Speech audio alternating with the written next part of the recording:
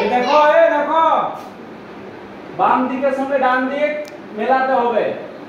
এখানে লিখেছি কতগুলো, কি লিখেছি গুলো, বর্ণ লিখেছি। আর এখানে কি কোনটা কি বর্ণ সেটা এখানে লিখেছি, দেখো। ঠিক আছে? ঘোষ ধ্বনি, মহাপ্রাণ ধ্বনি, অন্তস্থ ধ্বনি, অঘোষ, অল্পপ্রাণ, উষ্ম ধ্বনি, দন্ত ধ্বনি, ওষ্ঠ ধ্বনি, মূর্ধন্য ধ্বনি, নাসিক্য ধ্বনি।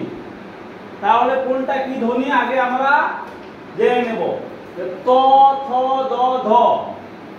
আমাদের জিভটা কোথায় ঠিকছে? দাঁতে। তাহলে দাঁতে ঠেকলে দন্ত, দাঁতের আরেক নাম দন্ত। তাহলে এটা কি হবে? ত, থ, দ, ধ। এটা হচ্ছে দন্ত ধ্বনি। দাঁতে ঠিকছে না? ঠিক আছে, তাহলে দন্ত হয়ে গেল। এবারে ক, খ, চ, ছ, ট, ঠ, ত, থ। এটা কি হবে? আগের দিন লিখেছিলাম ঘোষ অঘোষে, যে ঘোষ আর অঘোষ পাশাপাশি দুটো বর্ণ, প্রথম আর দ্বিতীয়, এগুলো হবে অঘোষ। তাহলে এটা হচ্ছে অঘোষ, এই যে অঘোষ বর্ণ। ঠিক আছে?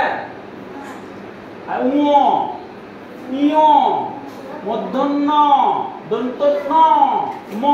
এগুলো কিরকম উচ্চারণ আসছে? নাকে উচ্চারণ আসছে না? নাকে উচ্চারণ ম, আসছে তো? তাহলে নাসিক্য বর্ণ, নাকের আরেক নাম নাসিক্য, নাসিক, নাসিক্য বর্ণ। তাহলে কে গেল নাসিক্য বর্ণ। এবার ট, ঠ, ড, ঢ, এগুলোকে বলে মূর্ধন্য বর্ণ। তালু আমাদের উচ্চারণ করার সময় জিভটা মূর্ধা স্পর্শ করে, তাই মূর্ধন্য বর্ণ। এবার ক, খ, ব, ভ, কিসের সাহায্যে উচ্চারণ হচ্ছে? ঠোঁটের ঠোঁট।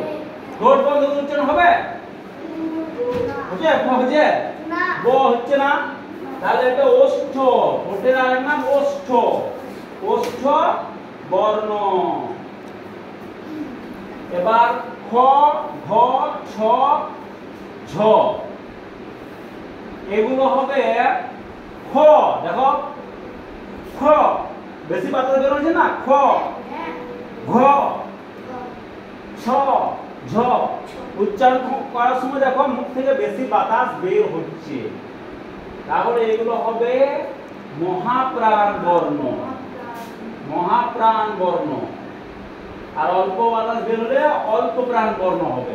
আর এটা দেখো তালবস্য, মূর্ধন্য স, দন্ত স, হ। শীষ দেওয়ার মানে উচ্চারণ স, মূর্ধন্য স। এরকম উচ্চারণ হচ্ছে না? এরকম উচ্চারণটা আসছে। তালু আর জিভের, জিভটা সরু হয়ে ওই উচ্চারণটা আসছে। তালবস্য সরু হয়ে যাচ্ছে না? উষ্ম বর্ণ, যখন উচ্চারণটা আমরা করছি তখন একটা গরম হাওয়া বের হচ্ছে। তালবস্য হালকা গরম, এই জন্য উষ্ম। উষ্ম মানে গরম, উষ্ম বর্ণ।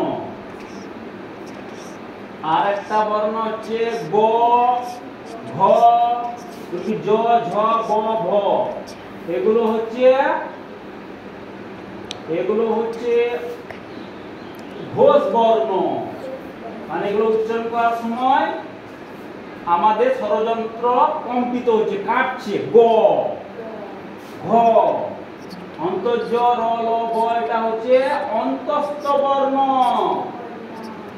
এটা হচ্ছে স্বরবর্ণ এবং ব্যঞ্জন বর্ণের মাঝামাঝি একটা উচ্চারণ হচ্ছে, তাই এটাকে অন্তস্থ বর্ণ বলে। আর গ, ক, গ, চ, জ, ট, ড, এগুলো হবে কি বর্ণ? অল্প প্রাণ। এগুলো উচ্চারণের সময় দেখো অল্প বাতাস বের হচ্ছে, বেশি বাতাস বের হচ্ছে হচ্ছে না?